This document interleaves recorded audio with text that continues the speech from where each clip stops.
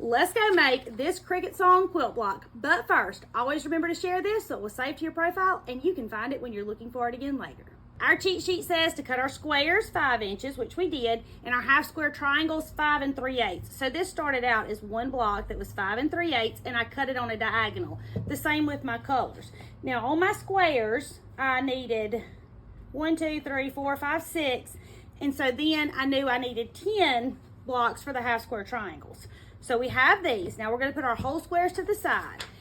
And the first thing we're going to do is sew our half square triangles together. We're going to sew one pretty to one solid. It's not really solid. It's this pretty blue that I'm in love with currently. It is my current obsession.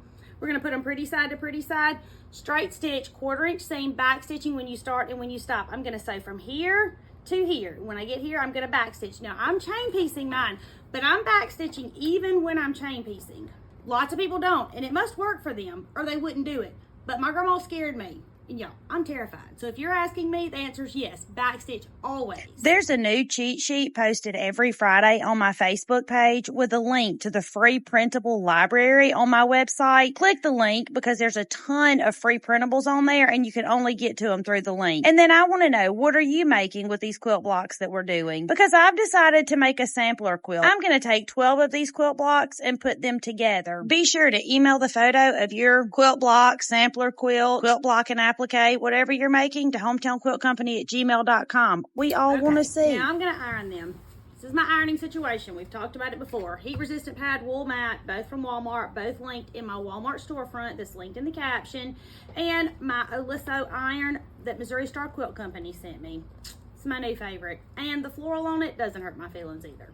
I'm not ironing my seams open or even to one side. I'm just ironing them flat. My sweet Olivia was shopping with me online last night, and then she starts just putting random stuff in the cart. She just starts putting random stuff in the cart. I said, what are you doing? And she said, here, let me find that big yellow button. And I said, do you even know what that is? No. I said, well, how about we don't get that? But I need it. So my little ladies love all of the potions and the mixes and all the things. And they also love the bathtub. So I was looking to see if I could find some bathtub recipes. And I found one for bathtub slime. But I also knew that y'all would have the best recipes. So y'all tell me how to make, it doesn't have to be bathtub slime. It can be, I love the sugar scrub. I love the bathtub confetti, the bath bombs. Tell me what I can make, or that we can make, that's fairly easy and that is colorful and fun. Okay. We've sewn them, we've ironed them. Let's lay our block out the way that our picture shows us. I'm just like y'all. The hardest part of any quilt block is deciding where the fabrics go. I did lay this out or kind of choose my fabrics before I cut them, so let's see if we can figure this out again. My eyes start playing tricks on me, and it's hard for me to see the whole design when I have my pieces down here. I think that's right. Okay, so now I'm gonna lay my solid blocks down. And I'm short one. Of course I am. Okay, here's our last block. Now, I'm going to sew these like always. Pretty side to pretty side, straight stitch, 1/4 inch seam, back stitching when I start and when I stop. And y'all know I'm putting a clip on the top one, but you don't have to use my system. You can use your system, or you can just pick them up and sew them 2 at a time. I did that for many years. And still, sometimes, that's what I should be doing.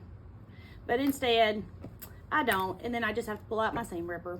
Picking up the first one, turning it over, pretty side to pretty side, straight stitch, 1/4 inch seam, back stitching when you start and when you stop. I'm going to do all the rows. You could also sew your half square triangles by laying one solid square on top of another solid square. Pretty side to pretty side, draw a diagonal line, and then sew a 1/4 inch seam on each side of your line and cut the line that you drew when you're finished. And then you would open it up and have 2 half square triangles. I don't teach this way normally because it seems to be confusing for my beginner students, but it is a really easy way. And once you start doing it that way and you understand what you're doing, then you'll never do it any other way. But when you're first beginning, cut your squares in half diagonally and sew them together. It makes it super simple. Okay, we've sewn it. Now we're going to iron it, and then we're going to sew our rows together.